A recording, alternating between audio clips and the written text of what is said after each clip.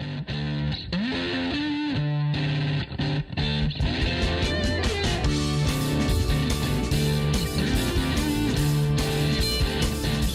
right, here we go. This is, we're rolling here. This is it, episode number 247 of No Laugh Track Podcast. My name is Justin Severson. I'm the host. Thank you, Circle of Heat, for letting us play your music there at the beginning. I get very excited. We've had, like I said, 247 episodes. Some people have been on 4 or 5, I think even 6 times. And then people that I've been a fan of for a long time show up and come on for the first time, and I get super excited. So I'm not even going to hide that.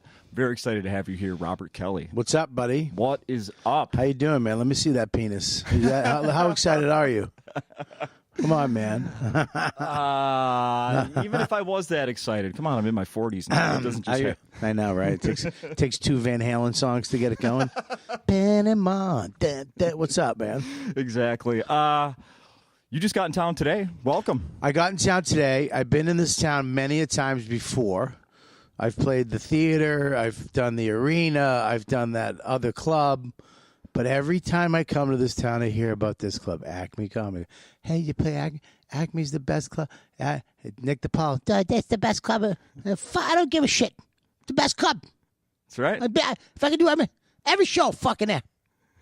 Yeah. And he filmed a special here. He filmed a special here. I've been hearing about this club for years, and I finally told my agent around 2 years ago, I think it was. I was like, I'm not working there unless I work at Acme. Nice. So just ask if you can. If they say no, whatever the reason is, then we just won't do it. And then finally he came back. I was like, thank you, God, and I'm here and I see what all the fuss is about. Yeah. What you were not a full week though. You were working someplace else earlier this week. I was in Phoenix. I don't know what a full week is. What is that? A lot of people come and do Tuesday through Saturday. Who? Like 80% of the acts. Stop it. Yeah. No. Yeah. I haven't done a Tuesday through Saturday. Is that true? Derek? Nick DePaul does a Tuesday through Saturday? Yeah, all right. Well, you answered your own question. All right. Yeah, all right. God bless those guys. I've done it before. I've done a Tuesday through Saturday. I've done that.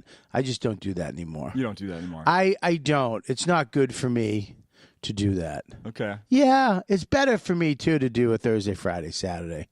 It's and then have someone else do Tuesday. That's what happened. And Wednesday. That's good. That's how you cultivate talent. Yeah. That's how the next guy, who's the next guy, comes up. Very true. Who's going to do Thursday through Saturday? That's how he does it. So yeah. You'll see what I mean when you make it to the office there. You'll see the schedule up on the whiteboard. You'll see. Right. Well, that's great. I'm just so happy that I don't have to do that. So I've actually seen you perform live before. I'm sorry. I apologize. Where? Well, that's the perfect question. Las Vegas. Las Vegas? Las Vegas. Why do you, when you say Las Vegas, it sounds wrong? Vegas, baby. There you go. That sounds better. Las Vegas. Las Vegas. Is it? Now I'm messed up myself. Where in Las Vegas? It would have been 2005 and 2006. You saw me twice. Comedy Festival with Dane. Oh, yes. Yes. We did the Celine Dion Theater. Yes. 5,000-seater. I was there. Yeah, that was great. I was there. And that was the night when there was the head of Fox, who was a woman. I came up to fart in Dane's face, and I accidentally it came out and trailed in her face, and I got in trouble. Backstage. Just a little backstage info. Nice. Know that I cranked one out in front of an executive's face, and it was not well received. I can't imagine why. Yeah. It was the Celine Dion Theater. Yeah. Yes. And then the year before was in a conference room, basically. Yeah. Do you remember that? I do. Yeah, the year before was a smaller venue. Yeah. And then after the next year was the Celine Dion Theater. I think 3 shows or something like that. And that's, it's so funny if you want some inside skinny. Yeah.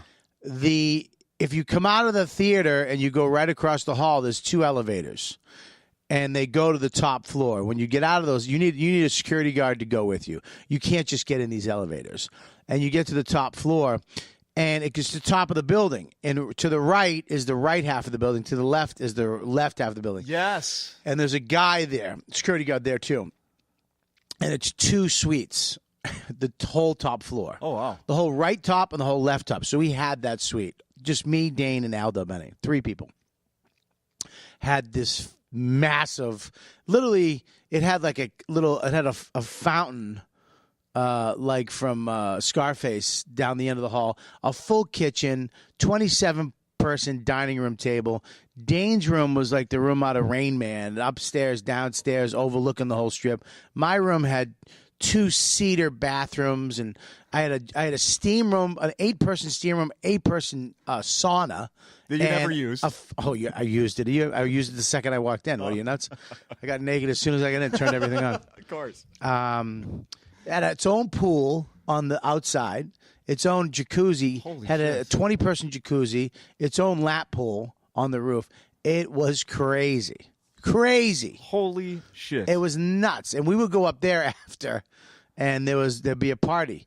And, of course, I wasn't doing anything because I was not married yet, but I was seeing my girl. And or was I married? I don't know. But I wasn't doing anything. But he would have parties with like 30 women. And it would just be all Dane Cook types, you know what I mean? I walked out to the jacuzzi out of my room, and there was just like 8 Iranian girls naked. Oh.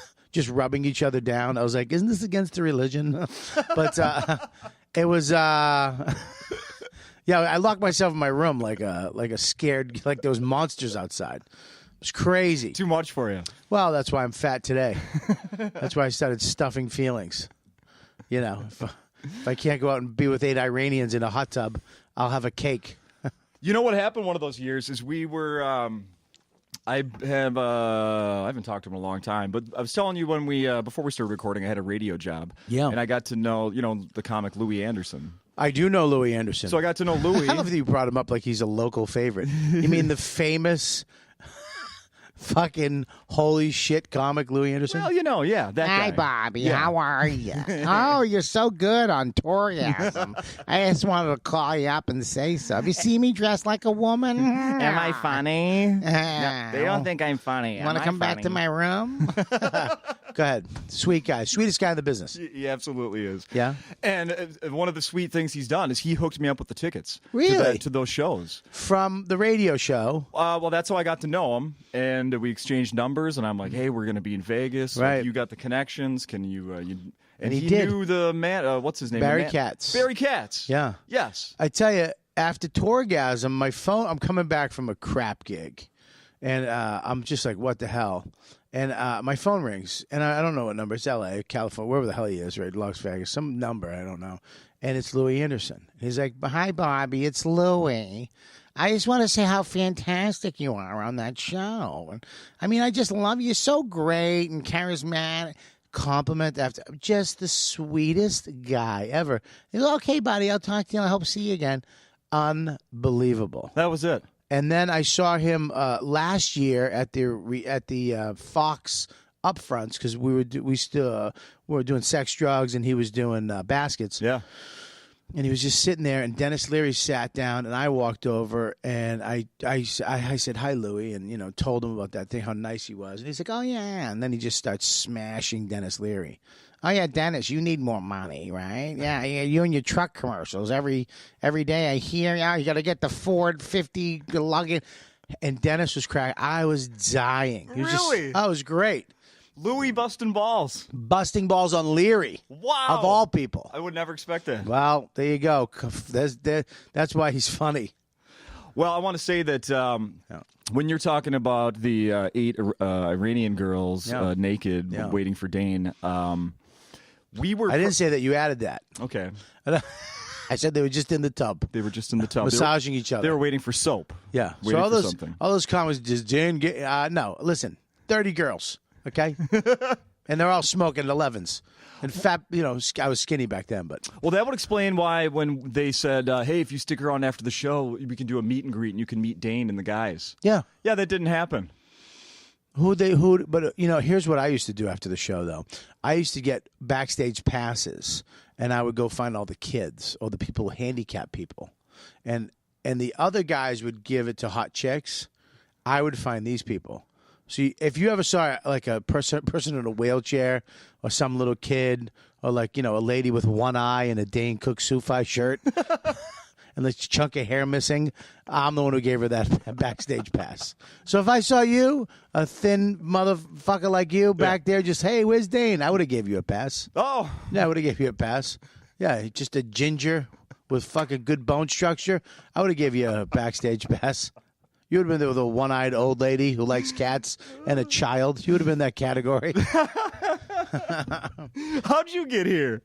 Swapping stories? No, they just go, Bobby. Yeah, right. Hey, who let Ron Howard's with AIDS in here? Bobby. We told you to stop letting people in. What's up? Oh, I got to take a shit. No, go ahead. My wife and I watched your special that's now on Netflix. Really? Yeah. How long you been married? Year and a half. Nice. This is the second marriage. Oh, okay. Well, let's see how it works out. Yeah. Year and a half strong. Okay, strong. year and a Okay, half strong. day at a time. Yeah. You'll meet her tonight. Oh, probably. great. Awesome. Yeah, we'll come to the show. So we watched your special, and yeah, you know what? This actually says a lot about what maybe she feels about me because. Uh-oh. Well, let's say the name of the special was it's live at the Comedy Underground. Village Underground. Village Underground. Yes, Pardon sir. me. Village Underground. Yes. And it's very good. Very funny. Yes. I'd never watched it. Thank you. I apologize for Yeah. that. Finally did.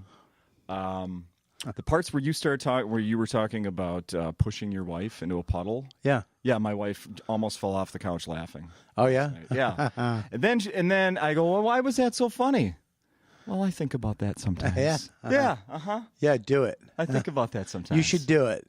Yeah, I remember that joke came from when me and my wife first met when we were dating. We were at the movie theaters back in Boston. We're both from Boston.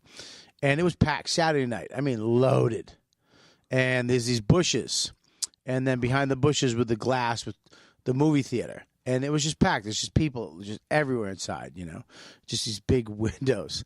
And she was pissing me off. We were joke fighting about something. I go, I will fucking push you. She goes, go ahead. And I just, before she got to go ahead, I pushed her right in her chest plate over the bushes. You just saw her feet sticking up out of the bushes. And I looked into the theater and every single person was dying laughing because they just saw her fucking comfortable Ugg sticking out of a bush. Yeah, do it. I did it in a snowbank too one night. We're coming out of my grandfather was dying. We're coming out of the hospital, a snowstorm, and it's me, her, and there was this old black lady coming out, and she, me and her were walking. I saw the snowbank, and I just pushed her right into it, and she fell into it. It was so deep.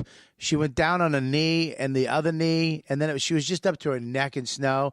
And this old black lady went, "Oh, look at you! Stop messing around!" She got mad at her, and I was like, "I know, right? Get out of the snow, you moron!" She's like, "Me, it's him!" She started screaming. She was pissed. Yeah. God, made me laugh. You got to be careful pushing somebody into snow because then they have ammunition to get you back. Yeah. Yeah. Absolutely. Yeah, that's what being married's all about, is waiting your time to get the other person back. Yeah, I'm gonna come up. She's gonna be blowing Dan Soda. Yeah, you think that was funny? Remember the snowbank incident? You cocksucker. Bob, Are those even? Bob, I'm sorry. Whatever voice he does. Bob, Hey, let me tell you something. The Macho Man. I did not want to do this, Bob. Yeah. I wrote down a few notes from watching the. Good, man. Write down some notes. Yeah. You did some homework. Dude, I do tons of homework. All right. Yeah, because making up for the 2 times I dropped out of college. 2 times. You got married 2 times and dropped. You had twos. Just try to do shit once. Do it right the first time? Yeah, just. You ever heard? Is that a saying? Do it right the first Well, time? how about don't quit? Don't quit. Yeah, see? I think that's it. Yeah, well, I'm living that. I'm certainly living that. Also, Yes. in the you and I have been you've been joking a little bit about that shit on deck, Yeah. farting in a baby's face. Yes, and working it out, working the gas out. That is something that everyone should be able to relate to, and I think can relate to, and I love that shit. Very Yeah, funny. I got yelled at in New York. I I was waiting at a red light to cross the street, and I had terrible gas. I had gas. I was literally going into like Duane Reade and CVS's and just letting it rip and seeing how bad it was. Like just watching people go. For a fart to be bad enough where somebody verbalizes it, to make somebody use the English language just from the smell, by themselves, not the sound. Yeah, just the smell of what? It's quiet. You're in the makeup aisle. You let one rip, and then you just hear this girl go, "What the fuck?" And it's your ass. I mean, I don't know if there's any power stronger than that. And then. So I'm sitting there and I'm letting these rip, and I was at the red light, and it was so bad. And this lady, she literally just annoyingly, like she wanted to go through the light, but I stopped because I don't want to hit by a car. So I stop, and she stops behind me and almost hits me and just stays there, doesn't even move the baby. And I let it rip right in its face. And the noise it made was like a bugle. It was like Miles Davis. It was almost jazzy, like a mini Ripperton song, like beep beep beep beep beep, whatever the fuck. And loving you. Oh God! And I just remember she went in a child's face, really, sir? And I just went, don't park your baby's face in someone's asshole, you loon. And I just. All my jokes, this is the thing with me. All my jokes are pretty much 99% of them are things that have happened. And I know comics saying, it really happened. It's just, and I'll take it on stage and play with the actual story of it and add detail to it and add my thing, whatever my thing is to it. But yeah, that's, I don't sit down and, hey, I'm going to write today. I'm writing. I'm writing all the time. You know what I mean? So somebody does something, somebody says something, I'm writing it down and trying it out and seeing if there's something there. And, that joke, both of those jokes stem from real things that have happened or real situations. And then I just enhance them to make them funnier. Yeah. Because I think, I love joke writers. But I love when people take all aspects of jokes. I hate when somebody's just one thing. You know what I mean? Mm-hmm. I like when, I like to take, hide my punchlines and tags inside of a story. So you think I'm just talking to you. I like that type of comedy. For sure. Not to say, look, I like joke writing. I like setup punch. Gary Gellman's one of my favorite comics. Oh, yeah, he was on that bill, too, in Vegas. He was, yeah. Me, Gary, and Jay Davis. Yeah. Fuck yeah. So, yeah, that's great, man. I love that. I love that happened. I got yelled at to make you happy. Well worth it. Yes. I thank you. Yes. Sincerely. Yeah, there's a joke off my first album, Just a Tip, where I remember me and my wife was on the couch and we were snuggling, and it was in the morning, it was a Sunday. I was in my tighty whities and tube socks, and we were watching TV, and we just had pancakes, and I wanted to just fart to be cute, and I shit my pants. And I literally hit her with it. She felt it. And she was like, did you just, you know what I mean? And I'm like, I just turned into, I didn't know what to do. I just turned into a 2-year-old. I was like, I think I poo-pooed my pants. I go, I don't know what to do. She goes, go in the shower. You idiot. She's just screaming at me. Then I'm in the bathroom. I hear her on the phone with her mother going, he shit his pants. Do you ever think about the fact that you're talking about relationships and gives, how do I say it? It makes couples that are watching you then talk about that stuff? Absolutely. There's nothing better when someone comes up to me and goes, he's you. Or she's you, or we're you. Yeah, that's what you that's your job as I think as a comic. For me, my style of comedy is if they're not relating to it, then it's not. I don't know. It's just it was too obscure. I don't know what the fuck it was. People laugh at my shit because it's real to them. Yeah. You know what I mean? That's when you get people belly laughing. Yes. Somebody can laugh at a joke. Ha ha. Ha ha. But when somebody's going, what the fuck? It's because you're telling their story. Yes. You're up there, and they're like, "Fucking honey, we do that." That's when, for me, is when you're getting hard laughs. There's a difference between a good show and a what the fuck was that? You understand? Uh-huh. What the fuck was that? Now, of course, you get into details. Is that hack? Is this, whatever that fucking personal shit is. Yeah. But I don't like that. But when when somebody's annihilating, just fucking stepping on people's necks, Yeah. and not letting up, people's faces are hurting physically. Yeah. You're physically hurting people. I think that's the style of comedy that does it. I know I've gone to amazing what the fuck was that show. Yeah. When I leave here, my face hurts. When you can feel how much you've been laughing, physically feel how much you've been laughing. Yeah, that's the type of show I like to do. I can back you up on the relating and how where you're like, that's him or that's me. I put on your special last night. We're sitting there. I go, honey, I really want to watch this. This Robert Kelly special is on Netflix. I'm going to watch this before I talk to him tomorrow. Oh, I'm like, are you okay with that? Or I need to go downstairs? Are you going to watch this with me? I'll watch it. First 15 minutes, she was on her phone, not looking at all. And then something you said caught her attention. And for the next 45 minutes, she had the biggest smile on her face, was laughing as hard or if not harder than me, was so into it, and taking it all so to heart that I wrote down her quote. Okay. She said, this was for today, she said, "You're not allowed to tell mean jokes about me." Because I think she was like, that could be me, that could be you, that could be us. Right, yeah. She didn't want me to come here and give all the examples of her in these situations. That's great. Yeah. Good, man. Yeah, that's awesome, brother. Yes. I love that. I think that's great. When you're getting to people. You ever go to a comedy show and you don't remember a word? Yeah, it was fucking funny. You're laughing. You don't remember one fucking thing that he said. Right. Because he didn't affect you. He wasn't personal. It was funny, but you weren't with him. Yeah.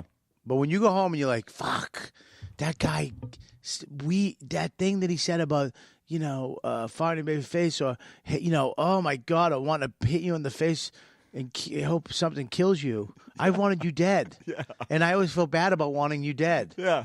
And I never wanted you dead for more than 10 seconds. Yeah. But I thought,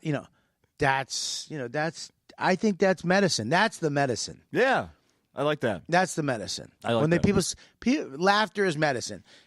That's when it's the medicine. Mm-hmm. Yes, I think laughing, I feel better. But you don't. When someone says, I did this joke about liking my ass eaten. And you understand how many guys are relieved that there's a fucking alpha male guy from Boston admitting that he likes that. It's okay. Uh-huh. Like, it's okay. I talk about wanting to get hugged by guys because it feels better. You know what I mean? And I'm not gay. I love my wife. Yeah. And, and I can't tell you how many guys, just men, come up after the show and go, give me a hug. Yeah, because when somebody talks about, dude, if you're a guy, and you're hanging out with these other guys, and there's another guy that you kind of like and you're relating to, and he talks about getting his butt licked, and you're like, me too. You're like, I'm not such a freak. Yeah. I'm not such a weirdo. I'm not such an, that's our job. I think that's when we're doing crazy shit, when you make somebody feel better about themselves because they don't feel shitty because you just talked about it in front of 200 people. Is there because you're so open, there's probably nothing. Is there anything that you're still holding on to? Like, I still can't share that. No. I mean, there was one joke my wife told me not to do, but I did it. I think I did it on the last album where, what was it? That she blew me on a rock for an ice cream. Oh, I've heard that. Yeah. I've heard you say that. Yeah, that's a true story. She, it's like, so the whole philosophy behind it was like, be you. You never know who, and women, be slutty. Be you. If you want to do it, do it. Oh yeah, you're saying, if she wouldn't have been a whore that night, if my wife wouldn't have been a whore that night, we wouldn't be together. Yeah, she wouldn't have a house and a kid. Think about the consequences, people. Think about it seriously. Little Maximus wouldn't be here. Yeah. She might be back at her mother's house living with her brother in the fucking basement if she didn't, wasn't such a whore that night on a rock for an ice cream. Not even a good ice cream. It was yogurt. You know what I mean? So it's like, you know what I'm saying? Yeah. So that really happened, and she was like, "Don't tell anybody that.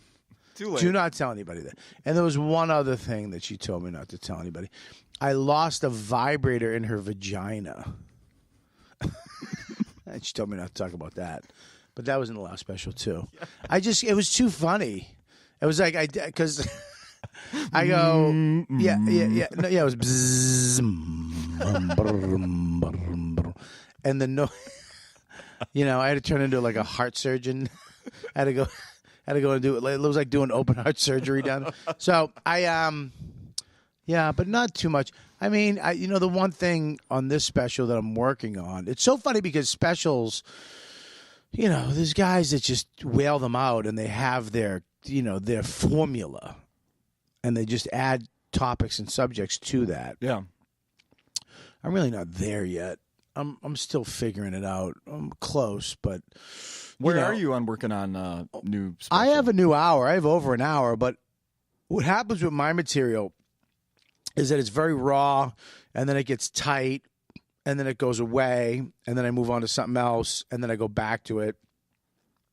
So the hour that I had for the True Story tour, I got it tight, and then now it goes away a little bit because I wrote some new stuff, and the new stuff's different than that stuff. So the beginning and the end are very similar, and the middle is a little different, and you got to keep going over. It's like woodworking. You gotta keep chipping away and polishing it and seeing if it fits and banging stuff in and taking it apart. And sometimes you chip a piece of wood and you got to throw it out, and it's all figuring it out and fine. But you're also changing psychologically. I'm also evolving as a human. My son's getting older. I'm becoming a better father and a better husband or a worse husband, depending, How old is your son now? My son's 4 now. 4. So it's, this stuff always is changing, and you just keep working at it, and polishing it. And it's the hardest thing in the world, but, it's, that's the only way it's done for me is, so like this, like last week, Thursday night show, I hadn't done an hour in a minute. I was doing 15 minutes, 20-minute sets. Okay, I was working on my Just for Laughs nasty show set that I'm doing. Oh. So I just did that, and it was annihilating. It was literally my opener and closer, and then one joke in the middle. Okay. To do a 20-minute set, right? It was like 18, 20 minutes. So then I go in, I put the rest of it in, and I was lost because I was so used. So it took me Saturday night. I finally put the piece back together. Oh, wow. And it's a weird thing. I have like 20 minutes of jizz, but it's like, what am I going to cut out? And how do I have to find the way I said the joke at the beginning before it became a joke. Because I have to, it's like you find this little piece and then you put all this shit around it to make it a joke. And then you have to polish and take stuff away to make it real again. Yeah. So that it fits in. This tour that I did is true story. It's true things that happen. It's based on, a friend of mine says true story all the time. And then, the true stories that I have are pretty fucking outrageous. Yeah. And, and there's some philosophy, there's some tech stuff in there. Some tech stuff. A little topical. Yeah. Yeah. Just, I think that technology is taking away our men. I think technology is taking away, and we never get stuff that we need. We get a new iPhone every 6 months, a new Samsung. We get all this, a new television network, a new way to download, a new way to waste our fucking time. But people in wheelchairs are still using their hands. Yeah. It doesn't make sense to me. Yeah. It's like you could go buy a drone at CVS. But a fucking dude has to get mittens with no fingers and to get upstairs. Yeah. I mean, his wheelchair should do that. Yeah. The battery on his wheelchair should be the one in the Tesla car. It should be crazy. And then I go, of course, I go into the bathroom like I hate that we men still piss like farm animals. Like we really do. Like I'm sitting there going, there's got to be a better way where I can have some privacy and not feel like a cow next to other cattle in a public restroom. And it's just a public restroom. There's, you know what I mean? It's Yes. like, what a fucking nightmare. Hey, since you brought that up, let me throw some. I want your opinion on this. Yeah. I was recently at a bar, and I went into the restroom there, and it had the urinals, like 3 in a row. Yeah. The guy next to me had his phone out like this. Yeah. I'm not going to look over to see what he's looking at. Yeah, but that's the problem. Is he fucking taking pictures of me? What is he doing? He's taking pictures of your little fucking redheaded third tour on Iraqi mule. Whatever weird penis you have with a white helmet. Just a red shaft. Good day, sir. Yeah, dude, you should say, dude, put you... I didn't say anything, but I thought I got to get out of here as soon as possible. Put your fucking phone away. We should have stalls. It should be some type of stall.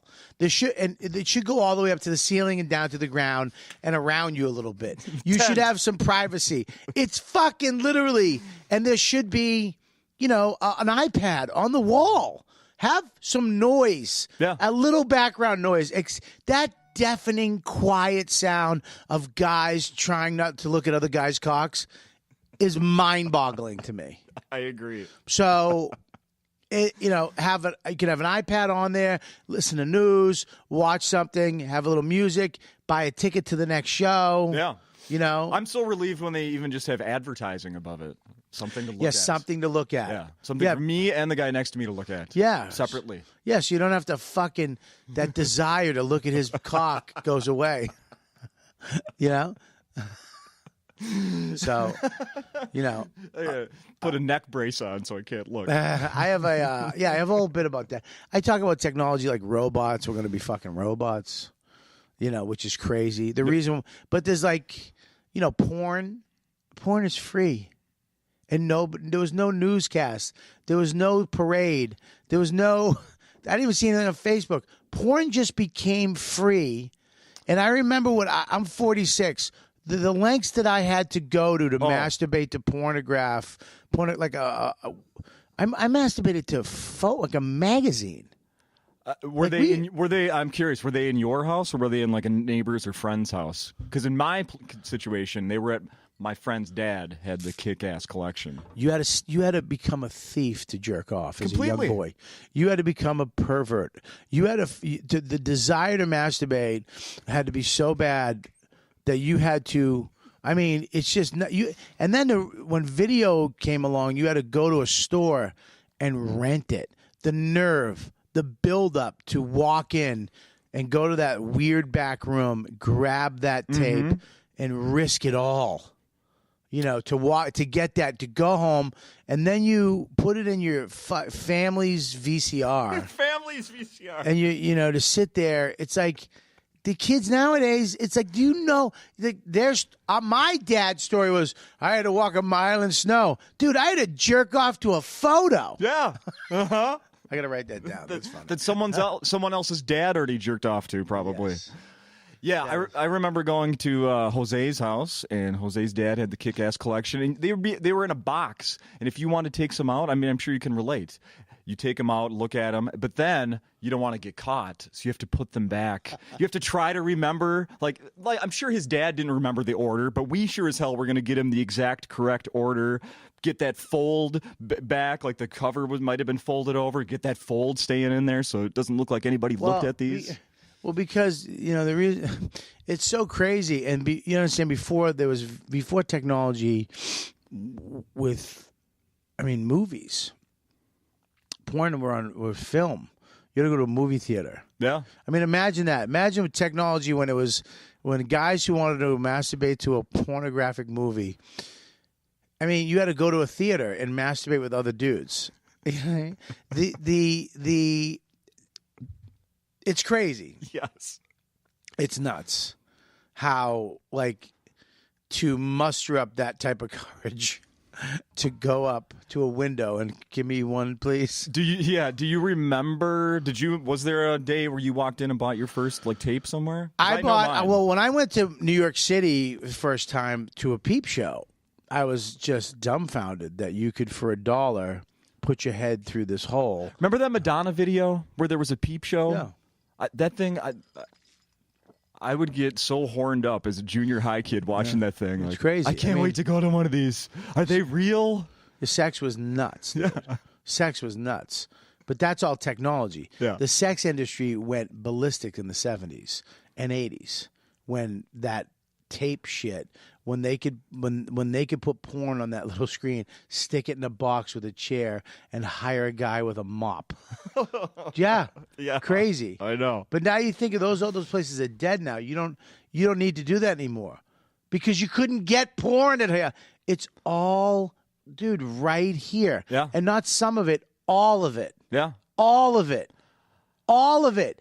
Every single thing ever made, and not the whole thing, just the part you need. They literally whittled it down. Yeah. They're literally taking, like, I think that this is the part you need. You don't need, hey, where are you going, Mom? They don't need that part. You need, Ma, I'm scared. Well, me too. You need that part. When's the last time you saw credits in a porn movie? Last time I liked the mother in the movie. Had to find out her name and fucking Google her. Get all her movies. Get her. Is she on IMDb? So funny how I change, genres all the time now. Back in the day, I was kind of like this for a long time. Now I'll go fucking up and down and fucking, mom, sister, brother's friend's sister, babysitter. I just heard Howard Stern talking about that recently. Stepmom. Yeah, he's into some weird stuff too. Yeah, not weird, but I think he's into. He actually, I actually watched one of these called Stuck videos, where the woman gets stuck trying to crawl through the window, like she forgot her key, so she gets stuck, and then the two stepsons find her stuck, and they're like, "Help me!" She treats them like shit, and they're like, you want to treat us like shit? And they, And it's like, what? Yeah, I watched that one time and I was like, this is too nuts. This is crazy. I need a video at the end of it for them to. I like when they're at the end, they're sitting on the bed and there's like, oh, how was it? Oh, it's good to fulfill that fantasy. This is my husband. You know what I mean? Yeah. It's like lets me off the hook because I don't want to be a total creep. I want to be like, yeah, me too. I just fan. That was just, yeah. The first one that I went to buy was like again you said about like the getting the courage actually going to the store with the back room. Yeah, it was called Shinders. I don't know if they had Shinders where you were. We had a store called Shinders. It was like baseball cards and stuff. I thought that was a porno on Schindler's List. No. So baseball cards, comic books, front of the store. Yep. Porn in the back. Yep. And I turned 18. I went down there, brought a friend. I was so nervous and embarrassed, ashamed. I don't know. No, I didn't want ashamed. anybody to see me. So I stayed like by the baseball card, sent my buddy in back with my money, and he came back with the movie Robin Head. Ooh, that sounds good. Yeah. Everybody who listens to this they literally just went and started going Robin Head. It's real. I promise you it's real. 19 guys are going to jerk off to that tonight. Just know that. In Minneapolis, there's going to be a trending Robin Head. Hashtag Robin Head. Yeah, it's crazy. I mean, I think we should give all these, they give the millennials a lot of crap. We should actually applaud them because they have all this smut in their fingertips. You should just be catching kids masturbating. Good point. Everywhere. They still go to work? Some? Yeah. Go they to go school? to work. Yeah, school bathrooms should just be just hearing, what are you doing? Get out. I mean, they don't. So it's almost so available. It's almost like that's why I think they should make weed legal because I don't think people would do it as much as if it's legal. I think making it bad is what makes it people want to do it. Once it's not bad, and it's just there, I mean, these kids, you think that, dude, if porn was free on a handheld device when I was 13, I wouldn't have left my house. Right? I would have just been home all the time. Yeah. Yeah. And think about it, when you and I were 13, there certainly wasn't internet in the house. No internet. We had magazines, and we didn't even have tape cassettes. Buddy, they didn't come out Okay, they came out right then.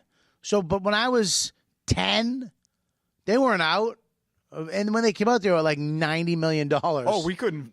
No, you couldn't to buy afford one. No, my family, we rented one once every couple months. Yeah, my father had to sell like 900 windows and become Window Man of the Year to fucking, and he won one with the company logo on it. I remember how proud he was of it. And if he knew what I was doing with his fucking trophy. Thanks for all your hard work. Ruining his stepson's life. I love it. Let's talk about some of the acting you've done. Yes, let's do it. Let's do it. You can feel that tail coming out. We're around at 45 Are right we? now. Oh boy! Are All right, we, right? Should I talk faster? No, you're fine. Go ahead, Squeeze buddy. more in here. Sure, go ahead. The show you most recently did is not coming back, unfortunately. Sex, drugs, and rock and roll. Yeah. Yes. 2 seasons. We've got 2 seasons. Here's the thing with this, and I'm not, it was a really great show. The cast was awesome. John Corbett, John Ailes, Elizabeth Gillies was so good. Elaine Hendricks, and of course Dennis. Yeah. But I'm working with Jim Serpico and Tom Saletti behind the scenes, and Dennis's son Jack, and it was just a great crew of people in FX. And Dennis is part of FX. I mean, that Rescue Me made that network. Yeah. The Shield, True. Rescue Me, but what happened? It's a weird thing because you understand. Around 10 years ago, there was 36 channels. Yeah. Maybe 40 channels, and then you had your HBO and maybe a Showtime. Okay. There's 400 shows on TV right now. 400. Yeah. Okay? People don't stay home to watch television. People will watch a show a year later and watch every episode in one night. Yeah. People don't watch. When I was growing up, you stayed home to watch the television. There wasn't a TiVo. There wasn't a DVR. If you didn't see it, you missed it. Mm-hmm. So you knew what was good and what was bad. You knew what people liked and what they didn't. Mm-hmm. And there wasn't that many shows on. You know what I'm saying? Yeah, yeah. And in the last, whatever it was, and especially the last couple of years, we got, the first year we were doing overnights. They call them overnights. How many people watched your show last night at, 9 o'clock? No. And it was great. But we were really worried about these 3 days and 7 days and 9 days. Bumps, they call them, where people watch it on FX Now or FX blah.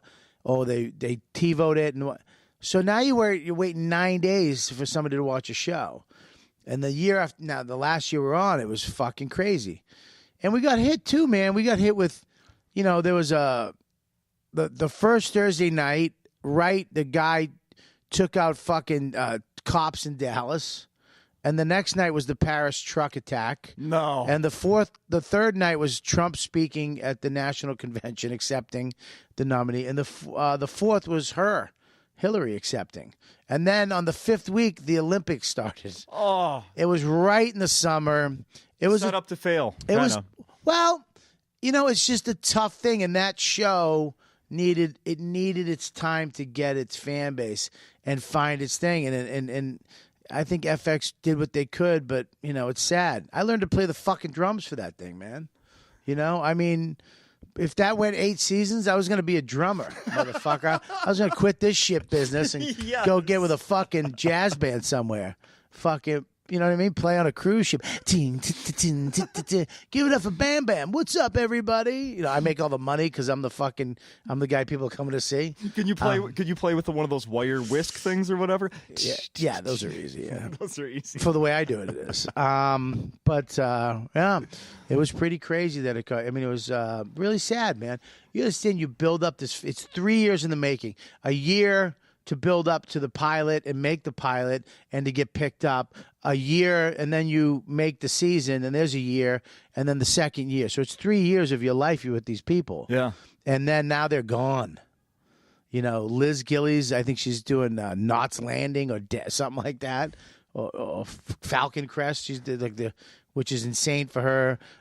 Elaine's off doing movies, and You know, who knows what fucking John Corbett is? You know, he'll be on something. Yeah, of course, he's always on something. Always on Dennis something, is writing a new show, and John Ailes is on a bunch of fucking shows, and I'm at Acme. I'm back to comedy, man, which I'm very lucky to have, man, to be able to go back to do these awesome gigs. What is it like?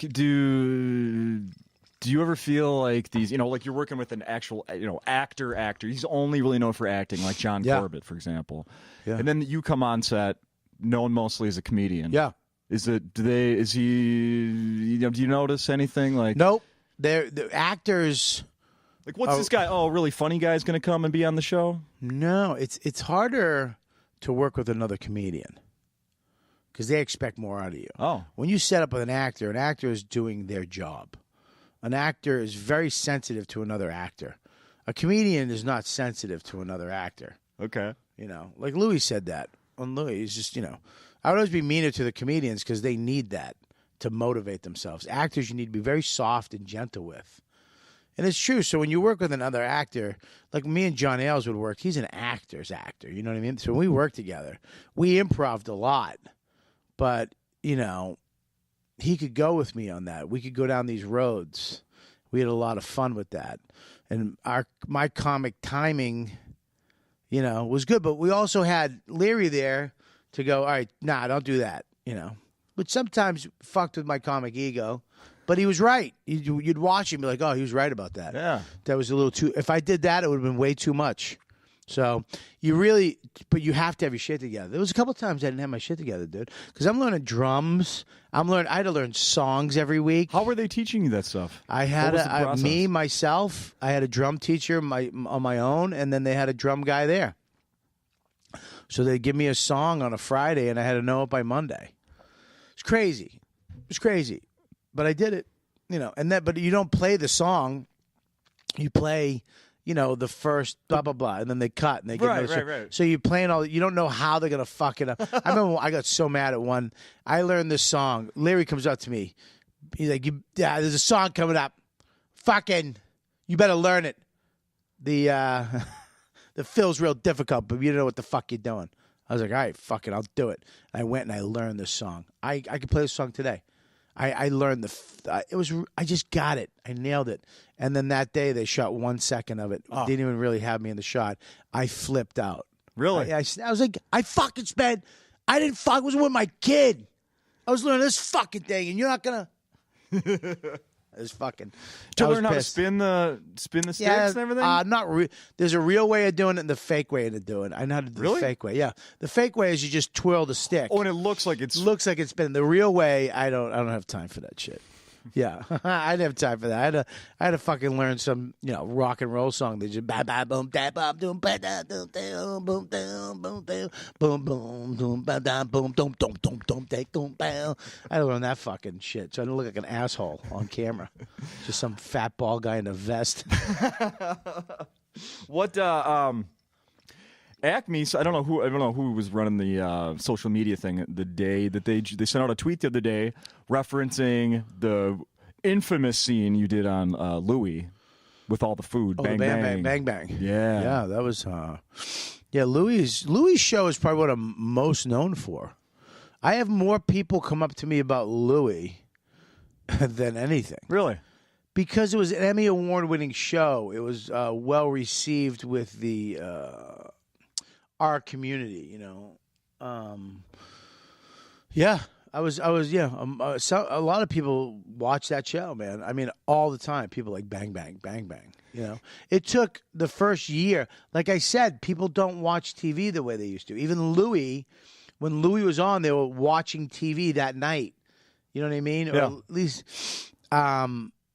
I brought that up. Martha Kelly was here a few weeks ago, and she's on Baskets. Okay. And I asked her about that. I'm like, what's it like being on a show that, and I told her, honestly, I haven't kept up, the new episodes, so I'm going to be the binge watcher. When you just finished a season, I'm probably not going to watch it for another 6 months, and you're standing right in front of me. Do you know how you stay on the air?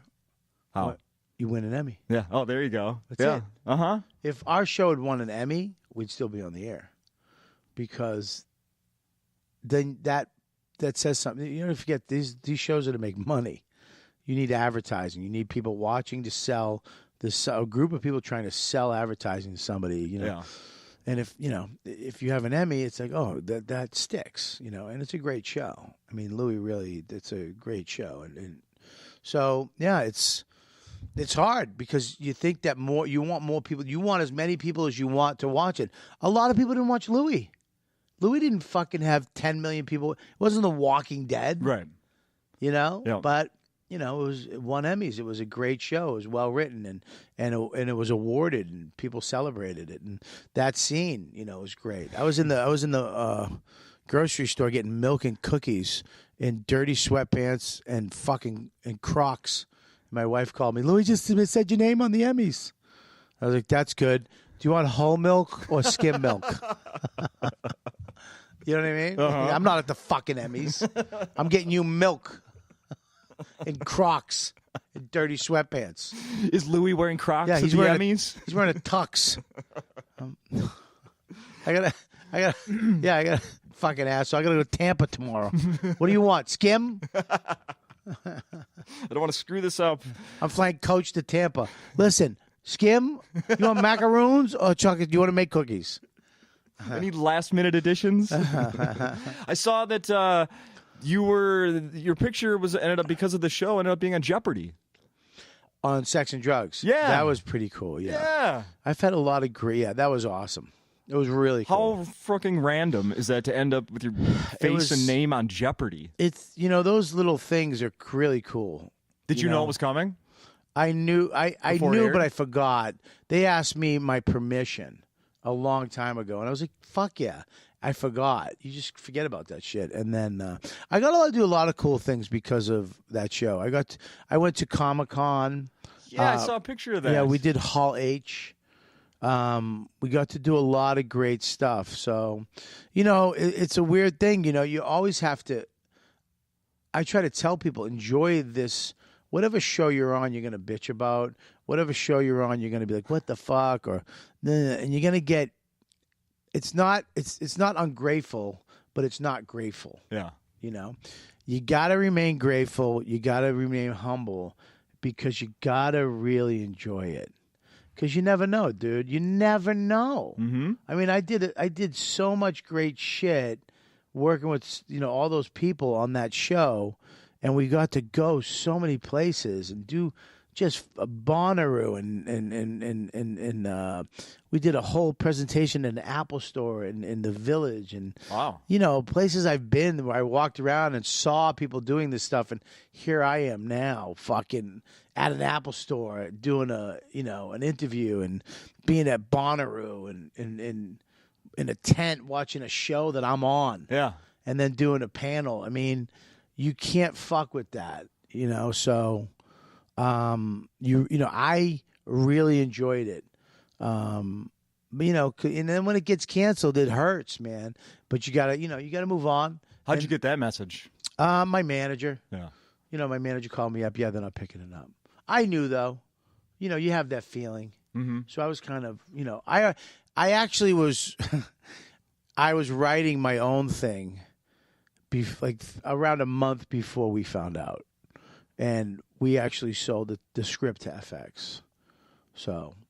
Yeah, I saw that. I was doing my homework about you. So so that you have like a deal no, we just a script deal. We sold it to them. They bought the script and, but that probably won't, you understand most of the shit that people sell doesn't get made. Yeah. Most of the pilots that get made don't get made. There's 400 shows on the air because there's so much content needed for so many networks, Netflix, Hulu, Amazon, CISO, YouTube Red, 9 HBOs, 9 Showtimes, 9 Cinemax, 9 fucking whatever.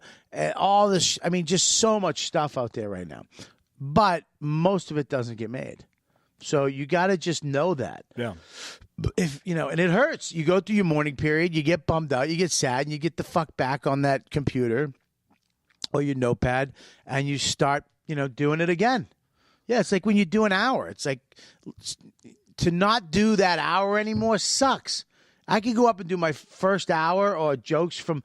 If I go up and take the best jokes from my last 2 specials and just come up tonight, it would be the shit. I would have no. I just cruise. Yeah. I know everything. Boom, bang, bing, boom. Fuck off. I'm out. Ah. But I got to go up and try new shit. I got to make sure that I'm evolving. Yeah. And that sucks because, you're not getting the wow. So, and it will be there. And as soon as you get it, you got to stop doing it. It's fucking nuts. There's a thing that this comedian, I don't know if his name's Tim Slagle.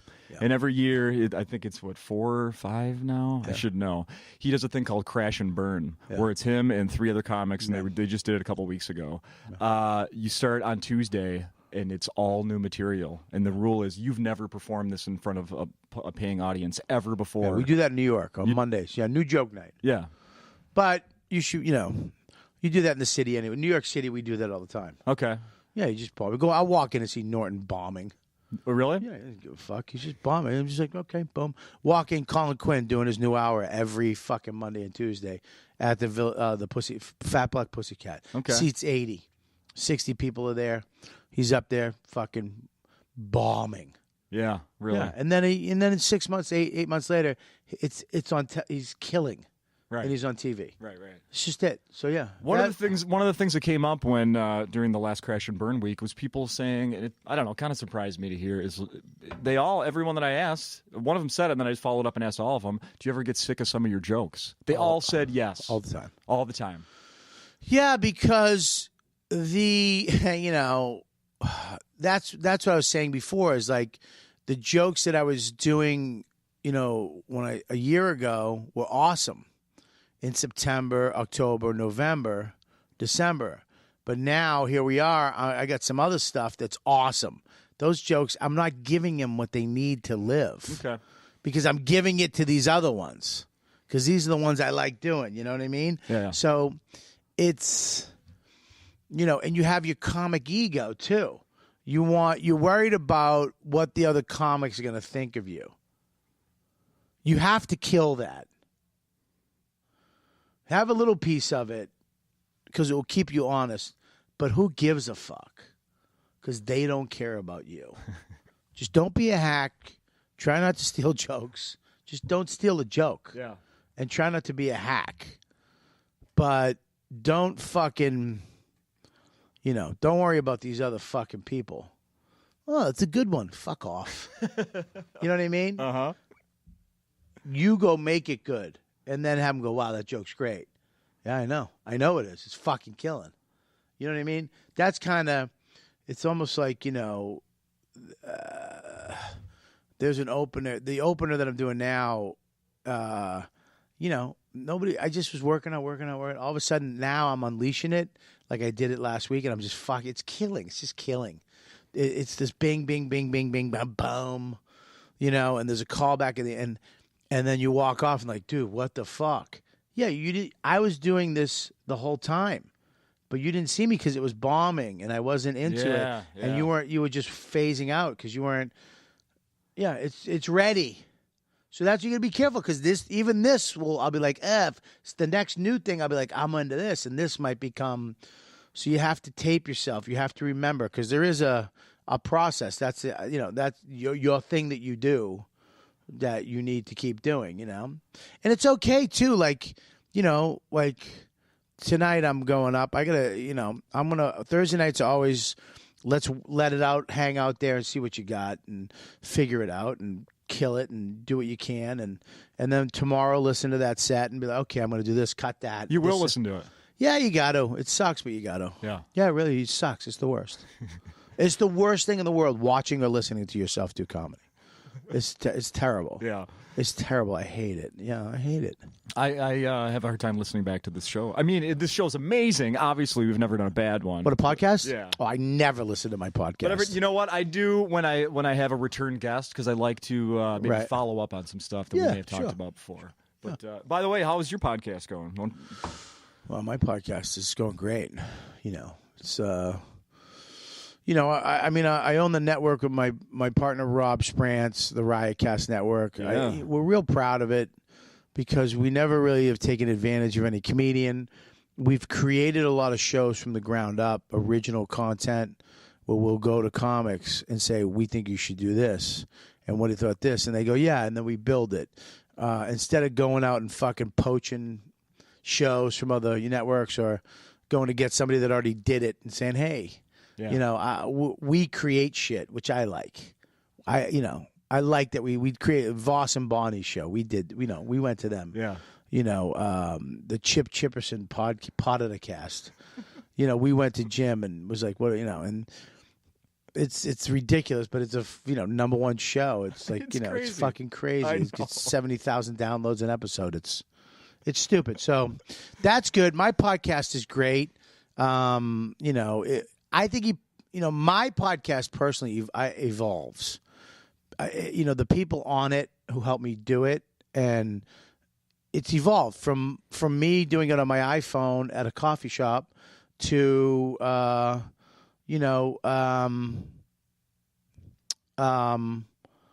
fucking having a studio above the Comedy Cellar, and a network, with 20-something shows. Yeah, a known network. Yeah, so it evolves, and my show evolves. It went from having me and Joe DeRosa to me, Joe and Dan, to me, Dan and Joe List, and me, Dan, Joe List, and Lewis, to fucking 8 people. Yeah. And now it's back down to around, it's always 2 people I know and 1 new person. I like to have new comics on. And, sometimes it gets heated. Sometimes we fucking yell at each other. Sometimes it's awesome. Sometimes it stinks. But it really is a comic hang. Yeah. I never want to go into it with, hey, what do like that notepad that you have right now is key. It's really good for an interview. Yeah. People who don't do that are assholes. Seriously. I agree. Yeah, Thank you. You don't do that, you're an asshole, because you're just trying to wing it, and it's not always going to work. You have the control to let it go when it's going and then go back to your notes when it's not. Mm-hmm. But my show I'm not interviewing people. Right. People come on my show, I don't care. You're a comic. Just fucking, I'm not going to go, so what do you got? You know what I mean? Mm-hmm. Oh, I heard you. Let's just go. And it's like sitting in the green room. Yeah. And what happens? Yeah. Sitting at the bar at the end of the show. That tons of people are curious about. Yeah, some people hate my show. They fucking hate it because they want this interview shit. They want this quiet back and forth, and when they learn something about something, which I think is great. Careful. I do. I think it's great. You've been the guest on some amazing episodes of podcasts like that. Yes. I listened to you on what's it called? Unleashed? Ron Bennington's show. Ron Bennington, yeah. Mark Maron. Maron. Then you read the comments about your appearance on Maron, and people are saying that they started crying. Yeah, I think these shows are necessary. I think that type of, that show at Maron, that was a great show to do with him, and only he could, do that. Yeah. Only that would happen. So, but my podcast is a little silly. It's just what it is. What it is, mm-hmm. and whatever the fuck that is. So it has its fan base. But I've helped a lot of. I like the fact that I've helped a lot of young guys get exposed, and then go off and do things. Do you record them on the road? Ever? Once in a while, yeah. Yeah. Yeah, like I'm going to Montreal this year. They want me to do it. Oh, I of did course. it at South by Southwest this year. It was a fucking great one. They're always good. Crazy podcast. So yeah, I do them. I love it. You know what, dude? Podcast. I mean, that's crazy. That's a fucking show. Yeah. Yeah, it was just me on my iPhone. Yeah. You started kind of early. I started early. Yeah. Yeah. Real early. Yeah, I did all this shit real early. Yeah. That's good. Is there anything? I know I looked at the time, and I'm taking up a lot of literally have to drop a deuce. Sounds good. I'll I'll sit here and wait. It's going to be like a rope. All right. Where can social media? You have a billion more followers than me, but well, I mean, look, do I? It's probably all fucking bot. I probably have 8 people who like me. You probably have way more original people that actually like you. Maybe. Yeah, I doubt it. Oh yeah, I have. The amount of followers I have, I should just sell out everywhere I go. But it's a bunch of either my fans are the laziest cocksuckers ever. I really do. They are. They'll wait till And you love them. Well, I love them, but they'll wait till tomorrow and just show up to buy. Hey, how about fucking ordering the tickets? Yeah. Let the club know that we're doing good a couple weeks out. Yeah, there's a system for that. Yeah, Jesus Christ. I still got to go do radio and fucking kill it on radio. Oh, you're in town?